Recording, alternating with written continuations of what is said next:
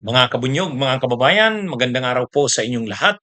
Welcome po sa isa na namang episode ng ating talakayan dito po sa Tony Enzo Bunyog. Kung hindi pa po kayo nakasubscribe, dito po sa aking bagong YouTube channel, subscribe na po kayo. Mayroon din po tayong bagong Facebook page, Informador. Kung hindi pa po kayo nakafollow, follow na po kayo. Mga kabunyog, mga kababayan, lagi niyo pong subaybayan ang mga talakayan natin dito. Ah, Mahaba-haba po 'tong talakayan natin dito kaya yung mga naghahanap ng mahabang talakayan, ito na po ang bago kong social media platforms, Attorney Enzo Bunyog YouTube channel at Informador Facebook page. At lagi na po ninyong aabangan araw-araw ang mga talakayan ko dito. O mga kabunyog, ayon kay, NBI Director, Attorney Melvin Matibag, pinag-iisipan daw nilang ipasubpina, pinag-iisipan nilang isubpina ang asawa ni Senador Bato de la Rosa. Nancy yata ang pangalan ng asawa ni Bato de la Rosa eh. So sabi ni Matibag, Director ng National Bureau of Investigation, ha, pinag-iisipan nilang isubpina ang asawa ni Bato de la Rosa. Bakit? Ay, siyempre, gusto nilang makunan ito ng statements tungkol sa posibleng kinaroroonan ni Bato de la Rosa. Siyempre hindi naman ituturo 'yan ng asawa ni Bato de la Rosa. Kaya lang ito kasing asawa ni Bato de la Rosa, halos araw-araw may posts, halos araw-araw may posts. Pino-post niya na ano ba ngayon, martial law na? O yun, may mga gano'ng post. Grabe ang bira nitong asawa ni Bato de la Rosa sa NBI at saka sa PNP-CIDG. Sabi niya, ah, ah bakit parang martial law na? Pinapaligiran daw yung kanilang bahay, yung bahay daw ng kanyang yung ancestral house daw nila Bato de la Rosa, wala daw pinapakitang dokumento. Pero sa totoo lang, hindi naman dapat magreklamo yung asawa ni Bato de la Rosa. Ay natural wanted yung asawa niya eh. May warrant naman eh. Kahit na nga ang Korte Suprema hindi naglabas ng TRO, ng Temporary Restraining Order. Bakit? Ay dahil nakikita ng Korte Suprema na valid naman yung warrant eh. Kaya kung talagang may basihan na wag arestuhin si Bato de la Rosa, di dapat naglabas na ng TRO ang Korte Suprema. Hindi naglabas ng TRO eh. So dapat irespeto nila 'yan. Kaya itong asawa ni Bato de la Rosa, wag siyang magrereklamo ng martial law na ba? Parang parang 'pag nagsasalita itong asawa ni Bato de la Rosa, sobrang inaapi ang asawa niya. Ay bakit nung panahon na PNP chief ang asawa niya at presidente si Rodrigo Duterte, hindi lang pinapasok ang mga bahay ng walang warrant, hindi lang. Extra ano nga eh, ang ginawa nga ng mga pulis no'n, ha, halos lahat ng mga bahay na target nila. Kahit natutulog ang mga tao, kahit nag-iiyakan na yung mga miyembro ng pamilya, anong ginawa nila? Sa harap ng mga asawa, sa harap ng mga anak, ng mga apo, pinalalabas nila, nanlaban yung tao, patay. So, ito ngang si Bato, ang target naman nila pasukuin lang, hindi naman para patayin. Ay, noong panahon ni Bato de la Rosa nang siya ang PNP chief, ang pinapasok na mga target nilang mga bahay, ang target talaga ay patayin, piliting manlaban. Kaya kung kapagreklamo itong asawa ni Bato de la Rosa, para namang ang kanyang asawa ay hindi nag-violate ng rights ng iba, mas matindi ang ginawa ng kanyang asawa bilang PNP chief. Kaya kaya kapag naririnig mo itong mga reklamo nitong asawa ni Bato de la Rosa na, "Martial law na ba tayo?" Ah, sus naman. Yang mga nararanasan nila ngayon na hinahalughog ng mga pulis ang bahay. Siyempre trabaho ng pulis 'yan, law enforcement 'yan. Eh, naging bahagi naman ng law enforcement ang kanyang asawa, eh. Matagal na naging bahagi ng law enforcement. Tapos ngayon magrereklamo siya ng ganyan, sasabihin niya, "Martial law na ba tayo?" Tindi naman itong asawa ni Bato. Kaya sabi ni Attorney Melvin Matibag, pinag-iisipan nilang isubpina ang asawa ni Bato de la Rosa. Siguro, ang purpose niya 'no, ang dahilan niyan bakit isusubpina, una, mahinga ng statement tungkol kay Bato. Ah, Pangalawa, maano rin, mapagsabihan din sa mga pino-post niya nito ni Nancy de la Rosa na ano na rin, kumbaga, sinisiraan niya ang NBI, sinisiraan niya ang PNP-CIDG, samantalang ginagawa lang naman ng PNP-CIDG, ginagawa lang naman ng NBI ang trabaho nila. Eh, ganun alam niya dapat 'yan dahil yung asawa niya matagal sa law enforcement, matagal na PNP chief. Mas malala pa nga ang ginagawa noon ng panahon ni Duterte. Noon, hindi lang hinahalughog ang mga bahay, pinapasok pa dahil target nilang patayin ang mga ano nila, ang mga nasa lista nila. Tapos 'pag napatay, papalabasin nila, nanlaban. Oh, mas malala 'yun. Kaya nga may kaso ang asawa niya dahil dun, crimes against humanity. Yun sana ang yun sana ang ma-realize din nito ni Nancy de la Rosa, asawa ni Bato de la Rosa, na kumbaga ngayon pinagbabayaran ng kanyang asawa ang lahat ng mga ginawa nito. Kaya kung mayroon mang inconvenience sa kanila, halimbawa yung mga bahay nila, yung ancestral house daw ni Bato de la Rosa, kung hinahalugog man yan at hinahanap doon si Bato de la Rosa, maraming mga pulis yan, yun na, nagiging inconvenient sa kanila yan, eh, bahagi yan ng trabaho ng law enforcement. Kaya, tapos sasabihin niya, martial law. Ano naman naging martial law yan? Ha? OA naman, exaggerated. Hmm? Mas malala ang ginawa pa ng kanyang asawa nung PNP chief pa yan nung panahon ni Duterte. Ha? Hindi yun wala mang deklarasyon noon ng martial law, wala mang warrant noon, pero hinahalughog nila, pinapasok nila ang mga bahay. Kahit nakikiusap yung mga pamilya, yung asawa, yung anak, yung apo, hindi. Sa harap mismo ng mga asawa, ng mga anak, pinapatay nila yung mga target nila. Tapos papalabasin na lang ng laban. So, yan ang totoo niyan. Kaya huwag magrereklamo itong asawa ni Bato de la Rosa na parang grabe ang pang-aaping ginagawa sa kanila. Grabe na ngang due process ang binibigay sa kanila. Hindi naman tinatarget si Bato para patayin. Tinatarget si Bato para pasukuin. Eh, nagtatago yung asawa niya, natural hahanapin. Yan ang ano diyan, yan ang malinaw diyan. Oh, mga kabunyog, itong si Robin Hood Padilla, ayon sa investigasyon ng CIDG, Criminal Investigation and Detection Group, hmm, ang ang findings ng CIDG, hindi totoo yung sinabi ni Robin Padilla na hindi siya involved sa pagpatakas kay Bato de la Rosa. Ang sinasabi kasi ni ang sinasabi kasi ni Robin Hood Padilla, ano daw, ah, ang sabi ni Robin Hood Padilla, nakisakay lang naman daw sa kanya si Bato. Nung paalis na daw kasi siya nung gabi, nung madaling araw na yon, nagpaalam na daw siya kay Bato. Ang sabi daw na Bato, "Pre, pwede bang makisakay sa'yo?" So parang ang lumabas, nakihits, nakisabay. Pero ayon sa investigasyon ng CID, hindi simpleng nakihits. Hindi totoo yan. Sabi ng CIDG, sa kanilang investigasyon, planado, planado, coordinated, at si si Robin Hood Padilla, ang papel niya ay indispensable cooperation.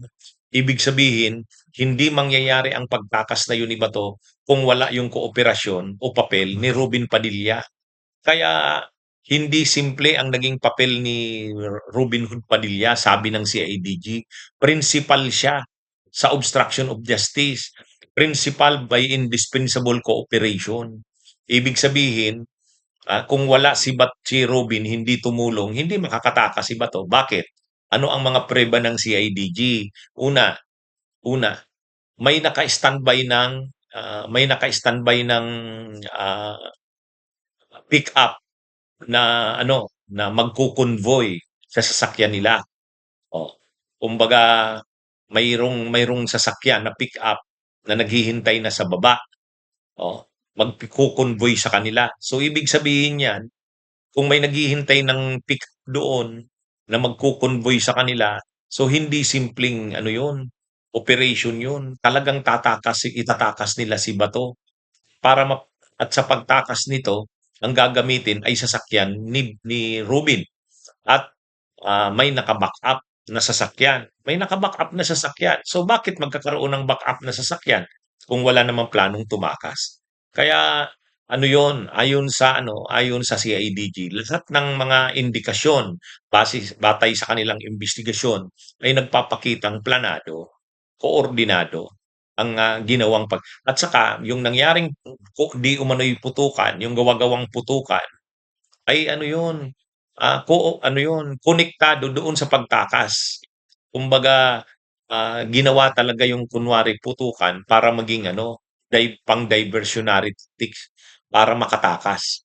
Kaya ayon sa CIDG, hindi totoo yung sinasabi ni Robin Hood Padilla na parang napaka-inosente niya na nakisabay sa kanya si Bato hindi niya naman matanggihan.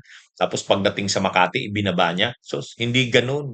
Sabi ng CIDG, ang hawak nilang mga ebidensya, CCTV, lahat nagpapakita na ang mga tao, ang mga staff ni Ruben Padilla ay tumulong na makatakas si Bato. Mayroong staff si Ruben Padilla na dating military, babae.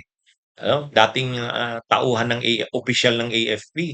Yun, tumulong sa pagtakas ni Bato de la Rosa yun. Nag-assist kay Robin Hood Padilla. Kahit yung, ah, kaya nga yung isang ni-raid ng mga NBI at ng PNP, yung bahay ng tiyuhin ni Robin Hood Padilla doon sa Balibago, sa Angeles City. Kasi pinapaniwalaan nila, tumuloy si Bato de la Rosa doon sa bahay ng uncle ni Robin Hood Padilla. Kaya itong si Robin Hood Padilla ayon sa PNP-CIDG, hindi simple ang papel ni Robin Hood Padilla. Talagang kasabwat siya ni Bato. Siya ang nag-assist kay Bato. Siya ang nag-facilitate kay Bato sa pagtakas, pagtago. Kaya kung sinasabi daw ni Robin na inosente siya diyan, hindi niya alam ang plano ni Bato, hindi totoo 'yun. Kasi sa mga ebidensya at saka sa mga pinapakita, planado, koordinado at involved diyan si Robin Hood Padilla by indispensable cooperation. Yung kanyang, pag-assist, pag-facilitate sa pagtakas ni Bato, indispensable 'yun. Kung wala yung kanyang pag-assist, pag-facilitate sa pagtakas ni Bato, hindi makakatakas si Bato. Kaya principal by indispensable cooperation si Robin Hood Padilla.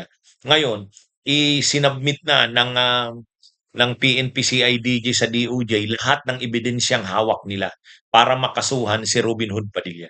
Kaya actually, madadagdag si Robin Hood Padilla sa mga senador na may kaso. Kaya lang, yung iba kasi, mga planter. Itong kay Bato de la Rosa, ay kay Robin Hood Padilla, obstruction of justice. Pero ano pa rin yan, kasi pag napatunayan dyan si Robin Hood Padilla, makukulong siya na 2 to 4 years. 2 to 4 years. Totoo, maiksi lang yung pagkakakulong. Pero may accessory penalty yan.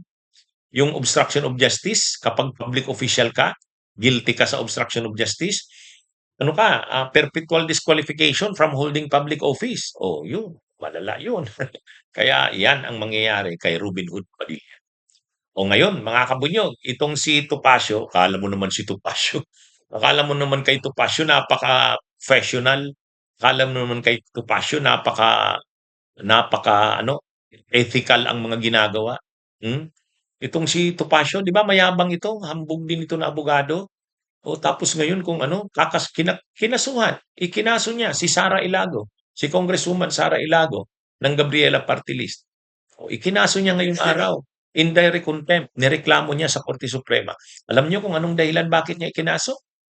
Oh, ang dahilan lang ng pagkaso niya, nag-file kasi si Sara Ilago ng disbarment dito kay Topacio. Hmm? Kasi bastos nga itong si Topacio, unethical ang mga pinagagawa. Ngayon, siyempre nung nag-file si Sara Ilago, gusto niya talagang ipakita sa publiko na hindi niya papalampasin ang mga kabastusang ginawa sa kanya ni Topacio, nag-press con siya noon. Inanunsyo niya sa publiko. Ngayon, kinakaso ni Topacio dahil ah, indirect contempt. Bawal daw yun eh. Kapag nag-file ka daw ng disbarment, hindi mo dapat ipinapaalam sa publiko. Yan ang sinasabi ni Topacio. Hmm? Kaya dahil sa ginawa daw na yun ni Sara Ilago, nirereklamo niya sa Korte Suprema ng indirect contempt itong si Sara Ilago. Dahil hindi daw sinunod yung confidentiality. Hmm. Anyway, Yun naman kasing issue nila ni Topacio tsaka ni Sara Ilago, hindi naman yun ano, hindi naman yun isang bagay na hindi alam ng publiko. Sa katunayan, maraming beses kasing binabastos na ni Topacio si Sara Ilago. Kaya marami na ang nagsasabi kay Sara Ilago, kasuhan mo na yan, sobra ka ng binabastos ng disbarment. Kasuhan mo na yan ng disbarment. Kaya ang ginawa ni Sara Ilago, sinunod niya yung advice ng mga ano, yung hiling ng mga tao na na disiplinahin na yan si ano. Kaya para i-anunsyo sa publiko na hindi niya mapapalampas ang ginagawa sa kanya ni Topacio, ano siya, binalita niya sa publiko. Humarap siya sa media dahil congresswoman siya eh. Humarap siya sa media at sinabi niya na ikinaso niya na, finail niya na ng disbarment itong si Topacio. So, unang-una, public figure si Sara Ilago. Pangalawa, public figure din yan si Topacio. Lagi naman nang nasa media yan. Laging nasa social media. Ha? Lagi siyang, nagmumura nga siya kung makapagsalita siya sa social media, mayabang, hambog, unethical din siya.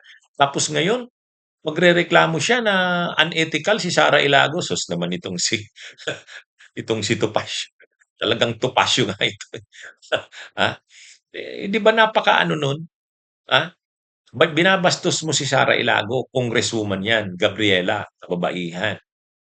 Sobra ang pagbabastos niya kay Sara Ilago. Nung hindi na mapapalampas ni Sara Ilago at talagang yung mga kababaihan, sinasabihan siya na ireklamo mo na yan, ipadisbar mo na yan. O ginawa niya, pinadisbar niya. At nung pinadisbar niya, nag-file siya ng disbarment, pinaalam niya sa publiko na hindi ko mapapalampas ang ginawa sa akin ni Attorney Topacio kaya kinasuhan ko na siya ng disbarment. Oh, anong mali doon? Inanunsyo mo lang, pinaalam mo lang sa publiko na hindi mo mapapalampas ang mga pinagagawa sa ni Attorney Topacio. Ano yun eh? Naging laman lang ng mga balita yun, kinumpirma mo, pinaalam mo sa publiko. Hindi naman ano yun. Ha? Tsaka, ano bang ini-expect ni Topacio? Public figure siya. Gusto niya nga, laging laman siya ng balita. Tapos ngayon, magsasabi siya, magpapile siya ng reklamo kay Sara Ilago ng ano. Alam niyo, ang ground niya na sinabi, nakakatawa. Nakakatawa. Sabi ni Topacio, nag-file daw siya ng indirect contempt kasi nasira daw ang reputasyon niya. Kasi nalaman ng publiko na may disbarment case na pinail sa kanya. Wow. Talagang gano'n, talagang nasira ang kanyang reputasyon dahil sa final ni Sara Ilago. Ang layo naman. Dahil lang sa final ni Sara Ilago, nasira ang kanyang ano, reputasyon. Hmm? Saka kung makapagsalita siya at ano siya, makapagkomentaryo siya sa mga tao, mas siya ang matinding makapanira ng reputasyon ng iba. Tapos ngayon mag-aano siya, magrereklamo siya na sinira daw ang reputasyon niya dahil pinaalam daw ni Sara Ilago sa publiko na nag-file siya ng disbarment. Sus naman. Binalita lang ni Sara Ilago na nag-file siya ng disbarment laban sa kanya. Ang ano niya na, magpipetisyon na siya na indirect contempt si Sara Ilago. Sobra naman siya. Kung makagawa siya, yung mga ginagawa niyang pangbabastos, yun, mas matinding paninira yun ang reputasyon ng iba. Tapos ngayon siya, finailan lang ng disbarment, ganyan na yung reaksyon niya. Ikinaso niya na si Sara Ilago ng indirect contempt. Sobra naman ng ano ni Topacio. Kung maka-react naman, kala mo naman napakalinis ng reputasyon niya at pagkatao niya. ah, na sinira ni Sara Ilago. Sos. Anyway, abangan natin mga kabunyo kung anong mangyayari diyan. Okay, magandang araw sa inyong lahat. Mabuhay po tayo.